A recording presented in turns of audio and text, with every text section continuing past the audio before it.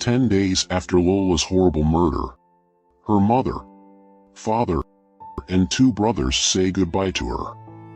A ceremony that no parent wants to experience, but they wanted to share this moment with hundreds of people gathered in mourning in front of the Church of St. Omer.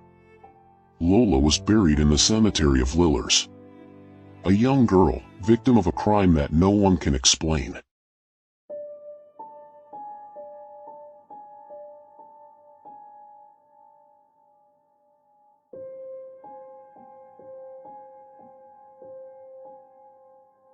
It all begins on October 14, 2022, at 119 Main Street, when 12-year-old Lola does not come home after a day at school. Her father searches for her in the neighborhood. He asks people on the street and in the building, but no one has seen her. Lola's father, caretaker of the building, gets the idea to look at the video recordings of the building. On the footage, he discovers that his daughter entered the building with a woman at 3:17 p.m. The unknown woman leaves the building alone 90 minutes later, dressed differently, with a black luggage box and 2 small suitcases. But what happened during this time? And where is Lola? The police are informed about the footage and arrive at the address. Upon arrival, they review the video footage and question the residents. Then they start searching the building. They began to worry when they found duct tape and a cutter knife in the parking lot. At first, they thought that Lola has been kidnapped, but the worst was yet to come. Une personne aurait signalé une caisse avec un corps à l'intérieur. Et c'est un équipage qui passait à ce moment-là dans la rue et qui va descendre du véhicule et aller vérifier. Et là, ils trouvent dans la caisse ce qu'ils identifient comme le corps d'une fillette recroquevillée. Donc nous, on va entendre tout ça sur les ondes. Et on va aller voir, bien sûr, hein, pour être certain qu'il s'agit bien de la petite Lola. Around 11 p.m., a homeless man stops a police car and tells officers he found a box with a dead body inside. The police follow him to check and find Lola's body inside a black luggage box. According to the initial findings, it's clear that Lola has been the victim of a terrible crime.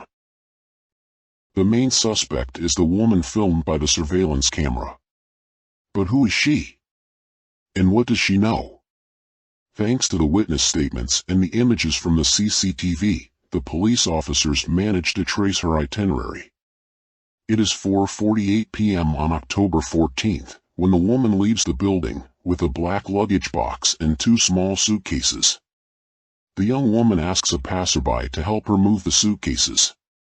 She offers him money, and talks about organ trafficking. Noticing her very strange behavior, he refuses to help. The suspect then calls one of her old flirts, Rashid, to come pick her up. It is about 6 p.m. when they pack the luggage into his vehicle and drive to his house in Asnier-sur-Seine, 15 kilometers away. Rashid tells investigators that when they arrived at his home, the woman took off her clothes and put them in the washing machine. He gave her a pair of pants and a hoodie, which she put on. The two then went out to eat.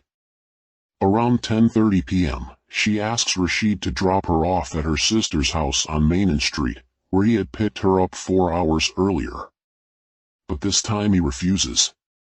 He calls a cab and helps her load the suitcases into the car.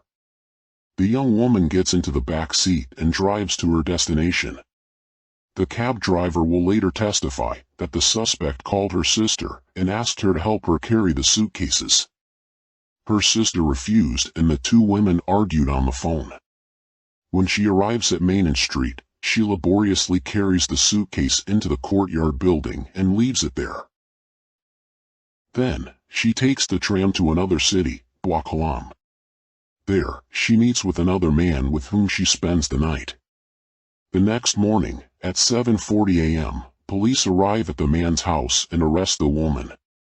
She is taken to the police station for questioning. Her name is Dabia, she is 24 years old.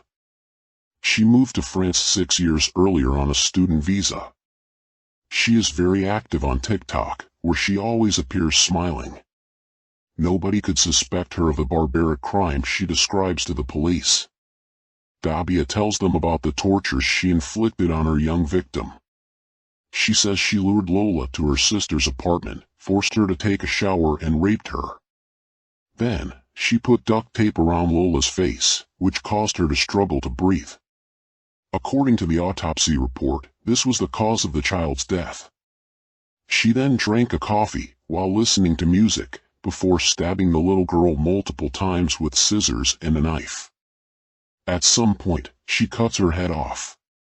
Dabia also stated that she put the girl's blood in a bottle and drank it. Later she changed her version, and said that this part did not take place, and that it was only a dream she had.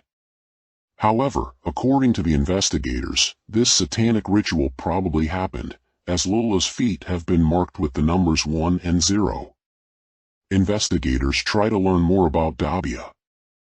Upon her arrival in France, she lived with her mother and her 2 sisters at Brie-sur-Marne, 20 kilometers outside of Paris. The young woman had difficulty in school. Her behavior appears to have abruptly changed with the consecutive deaths of her father in Algeria and her mother, victim of cancer. One of her ex-boyfriends said that she started to talk to herself and sleep outside. In the interrogation room, she shows no remorse for her actions. She admits the crime but says that she didn't feel anything. She states that she had no emotions as she had been raped when she was a child and she saw her parents die. Later, she would change her version saying that Lola threatened her with a knife, version that the investigators didn't believe. But what was her motive? Dabia talks about a dispute she had with Lola's mother, the caretaker of the building where her sister lives. She says that when she saw Lola's face that day, it reminded her of her mother and triggered the criminal act. Dabia is currently waiting for her trial in jail. She rarely leaves her cell and watches television a lot. She seems fascinated by her own case. She is awaiting a psychiatric evaluation to determine if she was legally insane at the time of the crime. She risks a life sentence.